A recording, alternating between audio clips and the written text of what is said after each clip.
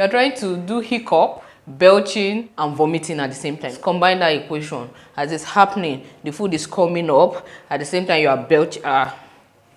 It's not good.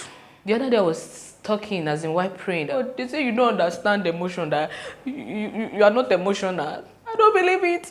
I don't believe it. Guys. This girl is pregnant. Generation to generation, passed down through every age. There's a story of a savior whose love will never change. All creation will bow before him.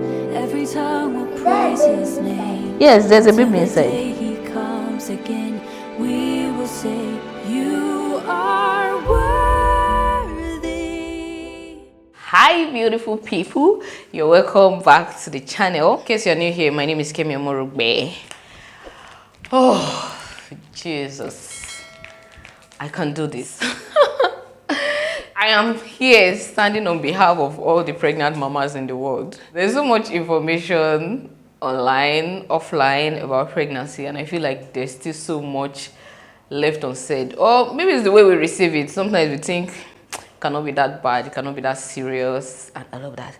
So I'm here to let you know certain things that I personally experienced and some from general expectations during pregnancy. I'm currently a pregnant mom, my third pregnancy, and I feel like there's just some things that people don't tell you enough. By the way, this video is not related to the sewing machine. I'm in my workspace, okay, and that's why the machine is there. Ignore it. It's not related to this video. Before I move on to the general one, there are some strange ones that I experienced recently, and I was like, what? Like, what's this? For those of you that don't know, morning sickness is real and it's terrible. It's not that vomiting. Because when I was growing up, I just used to see some women, my neighbors, they get pregnant, they vomit a couple of times and they say, okay, they are pregnant. I used to think it was a joke, or you just vomit. It's not ordinary vomit, you just vomit it. But guys, that thing is horrible, man. God bless you if you have hyperemesis and you are in that horrible stage. What happens when the nausea of pregnancy hits you? I know it's a general symptom, but I feel some people have grace of this thing. You know, it's terrible for some people while it's just mild for some. Very many women have it horrible, like terribly terrible. For instance, see, for me, the way I experience it is like I have to eat. I am hungry, but I know the food will not stay because my esophagus is opened. You know that same motion that used to move food downward? I felt as if there is a motion bringing it up. I can't lie down after eating, even if it's like 1-2 hours after eating. I can't just lie down. My food will be regurgitating back on its own. That's without gagging. No. See, in my previous pregnancy, when people say they have to eat, I could not relate because I'll wake up. I don't like food, so I didn't have to eat, but then I had terrible nausea as well. But in this one, I wake up, I need to rush and go and look for something to put in my stomach. Even if I end up throwing it up, it's better than not taking anything. I need to do that because I wake up feeling horrible. Like the kind of nausea I had in this particular pregnancy. It was not the normal sickness, you are ill or you have malaria, you're not throwing up kind of nausea. No. I'll be hungry for the food I don't like. So I have to eat it. I am terribly hungry, and when I'm hungry, it is worse, okay? Whether I'm hungry or not is there, but when I'm hungry, it is worse. So I will go look for that food, eat it, then go and throw it up. Do you understand? Having to eat food you are not enjoying, all your taste buds are feeling like rubbish, and you are eating that food that you don't like because you have to eat it. Otherwise, you feel terrible nausea. And even apart from the nausea, there was a time that if I don't rush to go and eat, my body will be shaking like you're looking for food, like an addict. Yeah. So it was bad enough that I didn't have appetite and I could not even take my drugs. Worse still, I have to be looking for what I can manage to eat. So I will buy food, try different options. I tried this today, it doesn't work. I will try somewhere else again. And once a particular meal works once or twice, that's it. I have to look for another option. So you see me, I had exhausted my own food.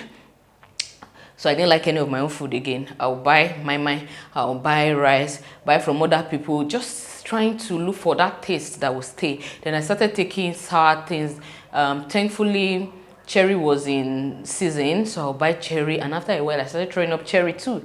It's like, oh God, everything was against me. So when you hear pregnant women say they have nausea, please understand that it's not normal nausea. It's not the I have typhoid and I'm not throwing up kind of nausea. No, it's actually really terrible for a lot of women. Another thing I experienced, not in this pregnancy, and I hope I don't get there, but in my previous pregnancy, was I had Bartholin's cyst. You know, the labia the labia majora contains some gland. The Bartholin's gland is one of them, and mine became inflamed in that pregnancy, swollen with pus, and it was because my immunity was low. You know, generally during pregnancy your immunity gets low, so that was what happened. It's like I had the worst pain of my life. Like, it's comparable to the pain of labor. You can imagine something being comparable to the pain of labor, and it was continuous. It started gradually as the cyst started increasing in size and all of that. I could not walk again. I'll basically open my leg. If I lie down, pain. If I sit down, pain. I couldn't just find a comfortable position. I read online about it. I realized many pregnant women had that, and I'm like, hey, another one again. We've heard of many symptoms of pregnancy. This one joined too. You know that feeling? So it was really bad, guys. I don't think I have experienced that kind of pain before. At the end of the day, I had it slit and drained and left opened, and even the draining process was horrible because the anesthesia I was given was like soft, a local one. So there was a time they now had to go beyond the point of that anesthesia to draw out pus, and the pain was something else. So if you are pregnant and you experience that, know that you're not alone. You're not alone. There's some strange things that happen in this pregnancy. When I was going through all this issue with nausea, please permit me to keep fanning myself. I have my notes here. So when I was going through all these issues with nausea and all that, I hated some things, and it was just strange. You know, music was nauseating me, like listening to music. I'm this person that I will naturally just want new music around me. I have Bluetooth earpiece that I'm always listening to when I'm working. I love music. I hated music. I hated my screensaver, guys. I make use of this colorful screensavers that I download from Samsung store. I mean the phone themes. So they're usually like colorful flowers and all of that. I started hating all of those. I went back to the one that came with the phone that looks plain and blank. I'll look at those very colorful pictures and I'll feel like throwing up. It was that horrible. I was like, what's the relationship between the theme of my phone again and nausea? What? I cannot even enjoy simple things again. Can you imagine? So I don't know if anybody else has ever experienced that one. This one is I've never heard of it from anybody. It's special to me and me alone. Just the same way I hated food, hated music, hated my screensaver, I hated TV. So just sitting down and watching the TV made me feel nauseated. Oh God, the things we see. Nausea. Then weird relationship with food. When you see some women say they went to their neighbor, the neighbor's food was sent in and they wanted to have a taste of it. Some will say, this pregnant woman begged for food, and we'll laugh about it. It's not funny. You see, at that stage where the woman is experiencing it, it's not funny, because one, she might be in that stage of not liking her own food, or she has exhausted her option, because you have to keep improvising, right? What didn't I improvise on, guys? I improvised on everything. I ate rice and boiled tomato, not stew, boiled tomato. I added Maggi on top. I ate noodles, soaked noodles. Not noodles that was cooked. I remembered how we used to soak noodles when I was in boarding school. I went ahead that day to soak the noodles to see if I could eat it. I took a spoon, 2, 3, thereabout, and I couldn't continue. What about spaghetti? I took bland spaghetti, Guys, I went back to this mama puts that I used to buy food from when I was in training. That was like 7 years ago. I just remember, okay, let me see whether I'll be able to eat that one again. I went to look for her new store and I bought her rice. I took that one like 3 times before it started sitting me. So there's that weird relationship with food. You see your neighbor is cooking and you perceive and you feel like, oh, maybe I can try that. So it's not something funny, guys. You will feel, okay, maybe I can try that. The woman may be hungry and her body is shaking and she really needs the strength so that she will not faint. That's why you hear some pregnant women collapse and faint, because that hunger can catch you in a way that you don't even expect. And their taste bud is rubbish. It's rubbish. The funny thing is, even if the food comes, he or she may not be able to eat it. So that's another weird relationship with food generally. For some people, it's because of the nausea. Why for some people, it's just part of their own symptoms. And the thing is, you cannot you can't just say, oh, all pregnant women experience this. The thing is so weird because people experience things differently. Even you different pregnancies, different symptoms. Like this one, I thought the morning sickness will end early. Since it's my 3rd pregnancy, guys. But the last time I did this was 5 years ago. So my last son is 5 years plus. I just felt I was just expecting it to be better. But guys, was I wrong? Was terribly wrong, because this is one of the worst. The thing is, the morning sickness didn't stop. I was thinking it would stop 10 weeks. That kept me hopeful anyway, because I kept hoping and hoping it will get better. 10 weeks, I was okay, when we get to 11th week, this one should end. Morning sickness should end. No, morning sickness got to 20 weeks for this one, and that was the first time it would get that long. It was horrible for me, guys. It was not what I expected for a 3rd pregnancy. I just thought it should get better. So they don't follow any particular pattern. No respecter of persons. They just do their thing the way they like it. One thing I also found funny was that urge to throw up when your stomach is empty. Like, you wake up in the morning, before you say you want to rush to find food, you're already doing, I'm going to the kitchen, I'm doing, you get it, to find food. Then I'll have to rush back. But yes, another one is peeing while gagging. You see, that force you're using to try to throw up, even when there's nothing in your stomach, the same force is going to be pushing your bladder to release what is inside. That one is very humiliating, because how can a complete adult be peeing on herself? An adult, you're an adult. But it happens, okay? It is okay. Just go ahead, clean up, and start again. So yeah, that one was quite surprising. It's not something you can control. It's not that horrible. It's not like you pee everything in your bladder. The bladder just needs to ease itself a little bit. So those ones, I don't think, probably doesn't happen to everybody. So to still fall under my special category. Belching and hiccups. Guys, come here. You see, when they combine belching and hiccup together, you are belching at the same time you're hiccuping. That's what best describes the belching or whatever happens when you are pregnant too. And the thing is, it doesn't even stop.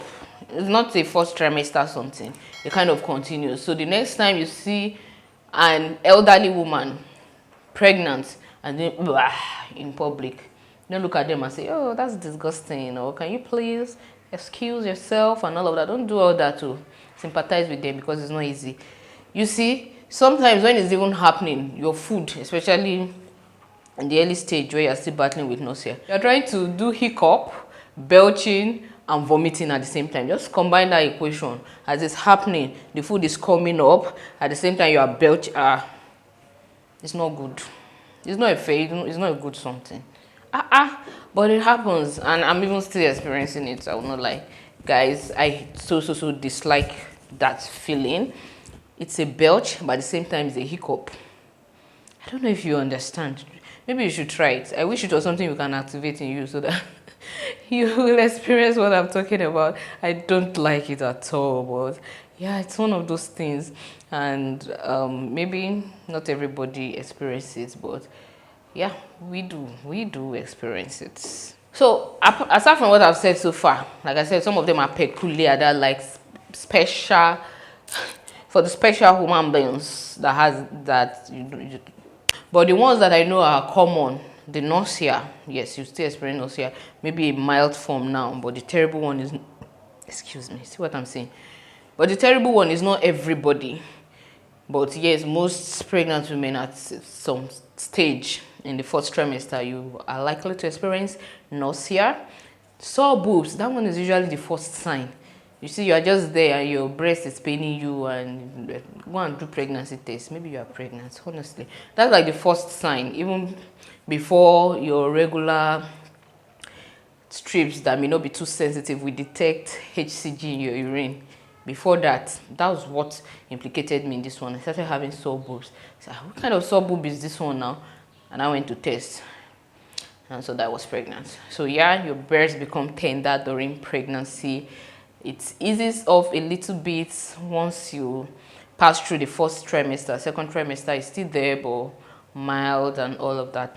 Not something terrible. It's not like terrible pain that you need to take paracetamol for. Most time you can manage it, and it's mostly when you even touch it. When you're not touching it, you don't feel that pain as such. Another general symptoms is tiredness and fatigue. Guys, with this pregnancy, I don't know, I've told my husband that I don't know what is happening. The tiredness is more than what I've ever experienced.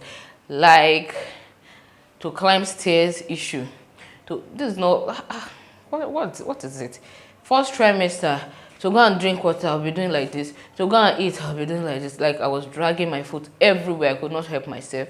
That tiredness was just too much. Coupled with the nausea and everything I was going through, I had a horrible first trimester, to say the least, in this pregnancy.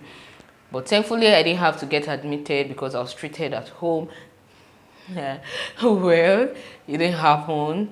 At some point, I felt like maybe I need that intervention, but as God will have it, we are here. We are hale and hearty.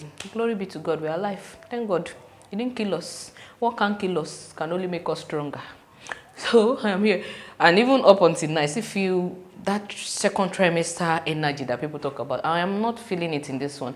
I felt it in my first and second, but this particular pregnancy, I'm still tired as hell. I'm at my workspace trying to cut fabric, sew, and it's just a pain.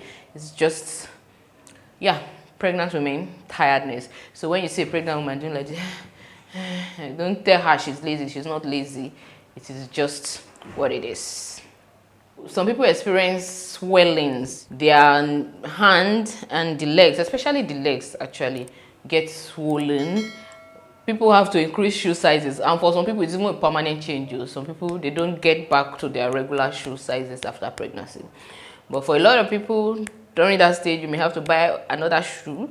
It doesn't happen to me, for example, but I know it's a pretty common symptoms that people's legs get swollen during pregnancy. If you experience that, make sure you inform your doctor.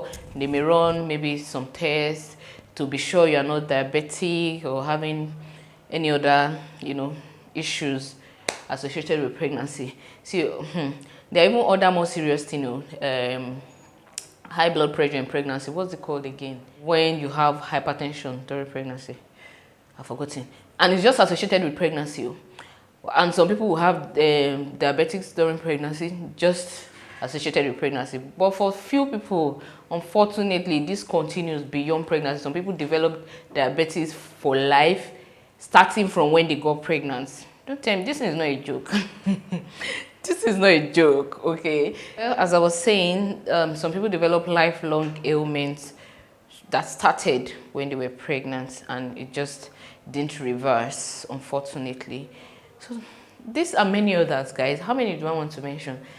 Many symptoms. If for few people that are lucky, guys, they escape this. Those people, they are witches and wizards. Excuse me. I don't mean that anyways, but guys, I envy these people. Like, they'll be pregnant, they will not have nausea, they are not tired. In fact, the size of their bump will be small. They won't have whatever.